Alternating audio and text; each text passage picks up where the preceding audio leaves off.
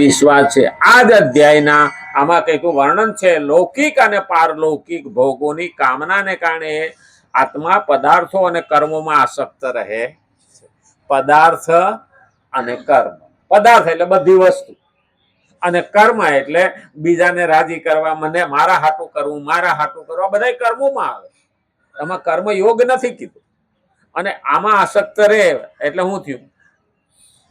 ખરેખર તો આપણને જેટલું જેટલું અંદર હોય ને એ તો હજી બીજા કોઈને ખબર નથી. હા, એ તો પેલી હિમશિલા જેવું કીધું છે. ઉપર ટોચ દેખાતી હોય ને એના કરતા 100 ગણી અંદર હોય. એટલે ક્યારેક ક્યારેક આપણી લાલસા મોઢે નીકળી જાય, પણ એના કરતા 1000 ગણી અંદર હોય. અને એટલે જ માણસ સુખી નથી થતું. કામનાઓ ને કારણે એ આત્મા પદાર્થો અને કર્મોમાં આસક્ત રહે છે. આ કારણે તેમનાથી પર થવાની વાત તેઓ સમજી શકતા નથી. કામનાથી પર થવાની વાત એ લોકો સમજી શકતા નથી. બહુ મહત્વના પોઈન્ટ ઉપર આવેલું છે. ભગવાને સીધું જ પિન પોઈન્ટ માર્યું છે. આપણે નહીં કહેતા નિશાન ઉપર તીર વાગ્યું. આ જે સમજે ને તો એ નરસિંહ મહેતા એ પ્રભાતિયું લખ્યું ને એમાં આ જ શબ્દ લખ્યા હતા.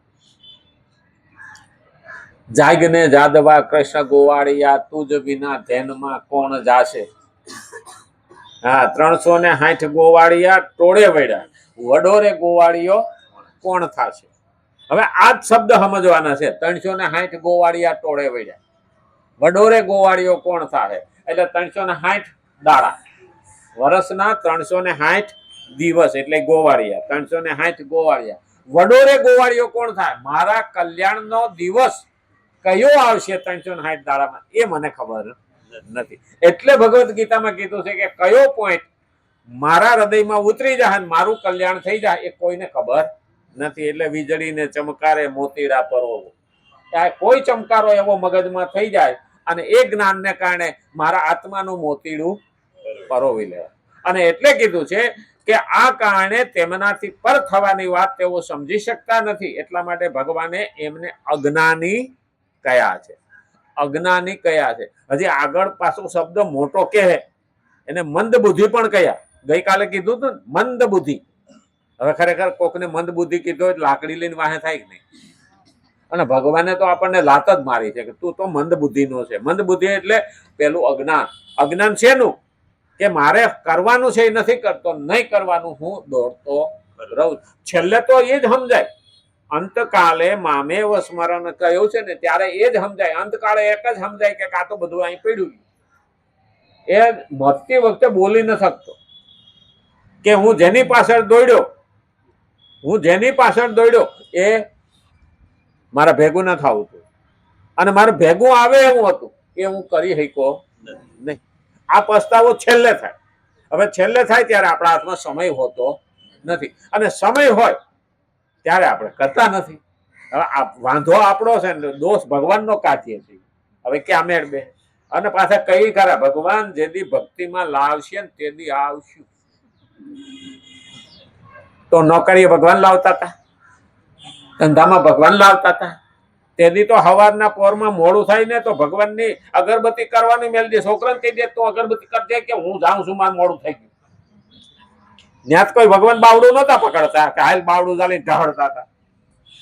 જો એ સ્વાર્થમાં આપણે દોડી શકતા હોઈએ તો આ ભગવાન પાછળ દોડી શકીએ કે ના દોડી? આ પહેલો ટાઈમ થઈ ગયા એટલે તરત જ મારો ભગવાન મને યાદ આવવો જોઈએ. અને યાદ આવે તો માનવાનું કે આપણે પાક્કા રસ્તે છીએ. ભલે પછી બહારગામ ગયા હોય અને 9:30 થાય અને જ્યારે જો અહીંયા મગજમાં યાદ આવે ને કે આજે હું મંદિરે જઈ શકું નથી, તો માન લેવાનું ભલે તમે ત્યાં હો પણ તમારું મન અહીંયા આવી ગયું એટલે ભગવાને હાજરી પૂરી લીધી. કારણ કે અહીંયા બેઠા હોય ને જવાનું છે ગામડે, નામ છે તેમ છે, જો એ વિચાર આવી ગયો ને તો શરીર અહીંયા છે ને આપણે ગામડે આવીશું, તો પેલું ભગવાન હાજરી પૂરી લે. પણ આપણામાં એ એક ક્ષમતા આવવી જોઈએ.